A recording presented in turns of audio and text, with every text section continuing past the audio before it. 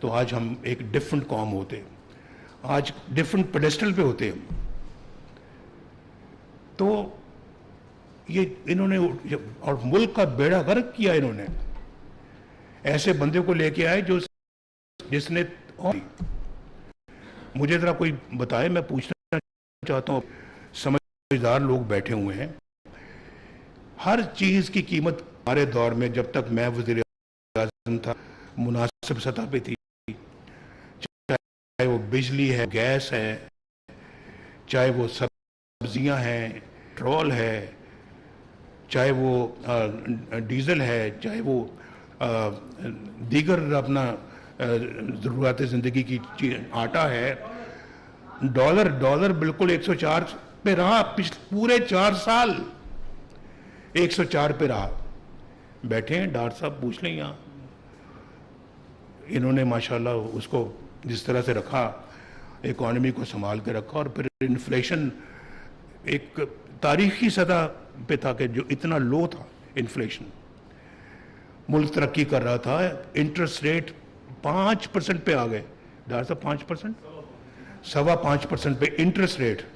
آج کتنے پہ ہے؟ 22. اور مجھے یہ اچھا، مجھ صرف ایک سوال اور نہیں، میں نہیں پوچھنا چاہتا. مجھے یہ بتایا جائے کہ نواز شریف کے زمانے میں تو سب یہ تھی، یہ حالات تھے، کب اوپر چڑھنا شروع ہوئے ہیں؟ اور یہ جو پچھلا دور ہمارا جو دوسری حکومت کا گزرا ہے، اس میں کتنے جمپس آئے ہیں ریٹس میں.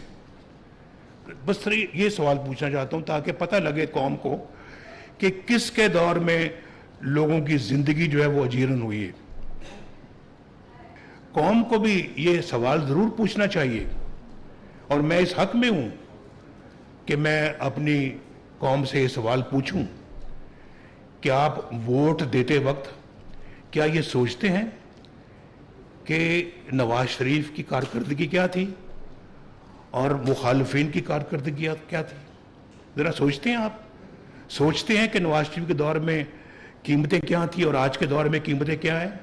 نواز شریف کے دور میں بجلی کی قیمت کیا تھی اور ہمارے مخالفین کے دور میں بجلی کی قیمت کیا تھی؟ سوچتے ہیں؟ میں قوم سے یہ سوال پوچھتا ہوں، اور قوم کو یہ جواب ضرور دینا چاہیے، ضرور دینا چاہیے. مجھے تھوڑا سا گلہ قوم سے بھی ہے، بالکل میں دل کی بات کر رہا ہوں، مجھے گلہ قوم سے بھی ہے. اور پھر ایک وزیر اعظم کو جھوٹے کیس میں بیٹے سے تنخواہ نہ لینے کے جرم میں فارغ کر دیا جاتا اور قوم خاموش بیٹھی رہے. یہ بھی کوئی بات نہیں، کوئی بات نہیں. بہرحال میں اس وقت اپنی بات کو یہاں تک ہی محدود کروں گا. اور آج جو ہے وہ مہنگائی میں کمی آئی ہے. شہباز شریف صاحب ماشاءاللہ دوبارہ اپنے منصب میں بیٹھے ہیں. آپ کی پارٹی کا وزیر اعظم ہے ماشاءاللہ جی، مسلم لیگ نون کا وزیر اعظم ہے.